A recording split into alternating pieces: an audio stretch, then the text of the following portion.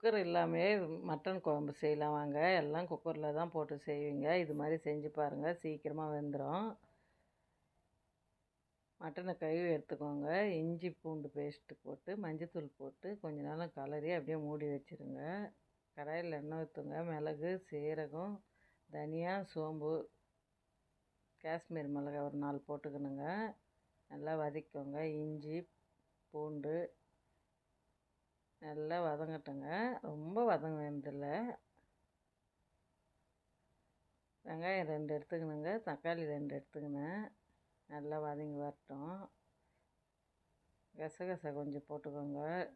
Taste வந்து அட்டகாசமாக இருக்குங்க இது மாதிரி மட்டன் குழம்பு வச்சோம்னா.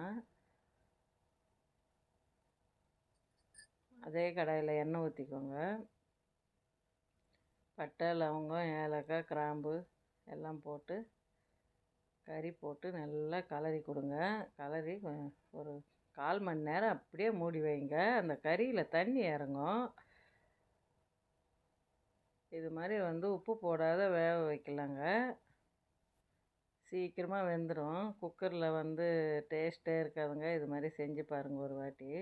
அந்த மசாலாவை அரைச்ச மசாலாவை போட்டுருங்க. நல்லா கலரி கொடுத்துட்டு தேவையான அளவு தண்ணி ஊற்றிக்கோங்க. உங்களுக்கு எவ்வளோ குழம்பு வேணுமோ அவ்வளோ தண்ணி. உப்பு, வீட்டு மிளகாத்தூள் போட்டுக்கோங்க. கம்மியாக போட்டுக்கோங்க மிளகாத்தூள். மிளகாய் போட்டிருக்குறோம். அப்படியே மூடியே வைங்க.